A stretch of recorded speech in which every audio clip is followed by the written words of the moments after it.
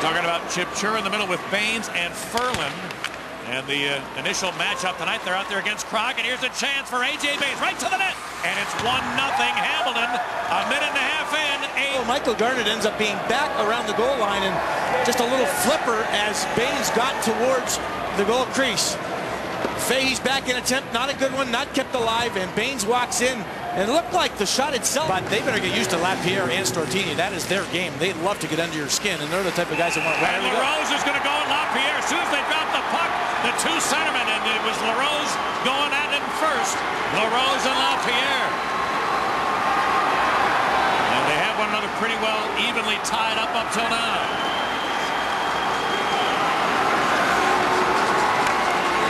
Lapierre showing great strength here against LaRose, who cannot get a hand free to try to start throwing. How much is going to happen, I believe, although the linesmen are letting them. Like let them tire one another out. And now a wild right from Lapierre. LaRose tries to answer. And now they'll go down. I think it was, am I wrong? And Lapierre, was that not the Montreal Canadiens player match when the Montreal Canadiens were playing the Pittsburgh Penguins in Pittsburgh? Off a face-off again. Well, we saw it for a second. And off the face-off, the two of them got their sticks up. And Corey LaRose did not like it. And I like this. Corey LaRose is not a fighter, not a guy that we would expect to be doing this. Had a terrific year offensively and is on this second line. It needs to be potent. 3 assists for Oystrick in the postseason up till now, and he just got beat. Here's a chance, a shot, and a goal. A beautiful move by Chipchura at the line. He undressed Oystrick. It is 2-0. Moved to his right and went in, and you could hear it off the post. His shot. Chipchura, the nice pass through the middle. They'll pull and drag. Where's Nathan Oystrick going? Two guys go by him, and what a shot up against the post. A beautiful goal. Take a listen. I just mentioned, as a defenseman, the one thing you can never... And 2 goals on 4 shots to start the game for Hamilton. I was just looking at the shots with only 3. I was thinking, boy, this is not bad defensively, but... Now back comes Hadar, he scores! Darren Hadar set up beautifully by Krog. He right for the one-timer. And the Wolves, 26 seconds after giving up a goal, get it back. In the midst of that, in transition, Mark Popovic hesitated, then flipped it up. Some bodies changing. Duncan Milroy going off the ice with a bad play. Swatting at the puck was Danny Grew. Sterling had a shot at it. Krog picked it up, and what a dish across the third man, the most dangerous. Well, he really had a fabulous career in the Tri-Cities. DeVoe trying to get to the middle of the ice was taken down, and the Wolves were wondering why there was no call there. And then Chipchura rides Dole to the boards. And we have a rather aggressive start to this series. This is the line that needs to do that for the Wolves. There's Kevin Dole sporting that beautiful mustache. Talked about that before the game. I think that took him about 23 years to grow. But this is the line that needs to do that, Pat. We know that that's the way they play, and they need to match up against a couple of these lines from Hamilton. And Chipchura already had the gloves dropped. I'm not sure. They're both gone out. There was an initial penalty, I thought, being called. Away. DeVoe went in for that face-off. Yes, he had one thing on his mind there, it looked like to me. Lapierre again. And an icing call coming up here against the Bulldogs. And there's a lick by Lapierre on an icing call. And that should and will draw some attention. Absolutely. There's no need for that.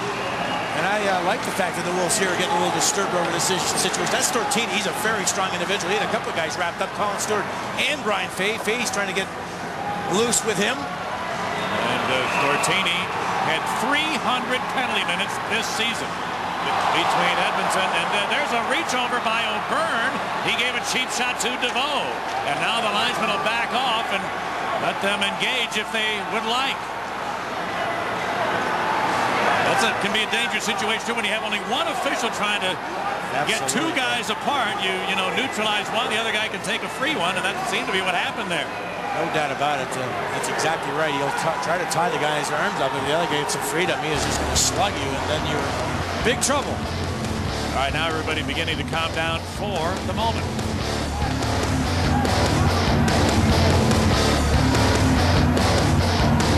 With an icing.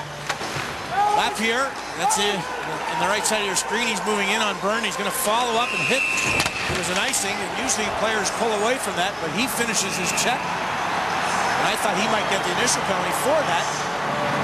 And all the players came in, but the Wolves on a par. Now LaRose put it into the corner. It deflects to the line. Oyster did well to keep that in. Now LaRose, rink wide. Here's a long blast for Fahey. He scores! Ryan Fahey on the Wolves power play, and we're tied.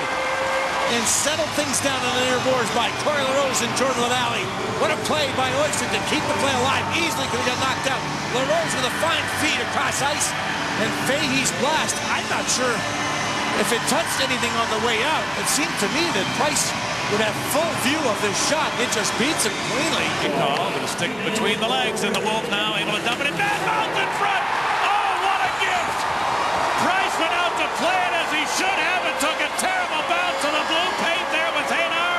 How do you do? And we've mentioned that Carey Price loves to play the puck, and they talk about his ability. They, in fact, think he'll be able to score a goal whatever level he plays at because of his ability. He goes behind the net, and we know where that corner is. Right by the Allstate and Lemonhead sign. A little carom comes right off the net into the middle of the ice, and Darren Haydar, what a beauty he gets. And here I think America's a chance, and a drive is fired wide by Lapierre. Held in by Grew. His shot blocked. The race is on. Wolves going to have a 2-on-1. The trigger man is LaRose. Cutting in, shooting. He scores! Corey LaRose, the fourth straight for the Wolves, who now lead 4-2. And watch what takes place here. At the point, Danny Grew's shot attempt is blocked by Corey LaRose. Not quite in your picture. And LaRose picks it up, has a 2-on-1, and he parks it between the legs of Carey Price. And like I said, when Colin Stewart missed, if he had scored there, I thought Price would be taken out of the net. Well, Corey LaRose's goal does jump. Really bad. And I consider even in the offensive zone defensive battles that they win because they have to win the puck. But here's May driving in center. They score. Ferland. And the lead is down to 1. The so-called checking line. And we told you earlier, this is a good shot. On the play. Play is kept alive. Down low. Little cycling. In good position. Two guys don't really go to one. And that makes it a 2-on-1 in the front of the net. It's such a pretty play. A backhand pass Baines and Ferland a right-handed shot. Haydar tried to get... Jansevsky is snuck in. Now Chipchura takes a look to Manlow. Quick shot. Van Agley scored. A terrible goal. Short side. And Manlow with a power play strike has tied. Might have been on the goal line when he fires this puck. Back to the point. Chipchura moves to the middle of the ice. Fakes, goes back down. And what an angle to score on. To tie the game at 4. The Wolves with a 2-goal lead in the third period. Started to sit back. Had an opportunity or two. Dimitrov, as I recall, with a good shot to maybe open up the margin. But this team never gives up. Puck was at his feet. Prague carried on. Spins in the corner.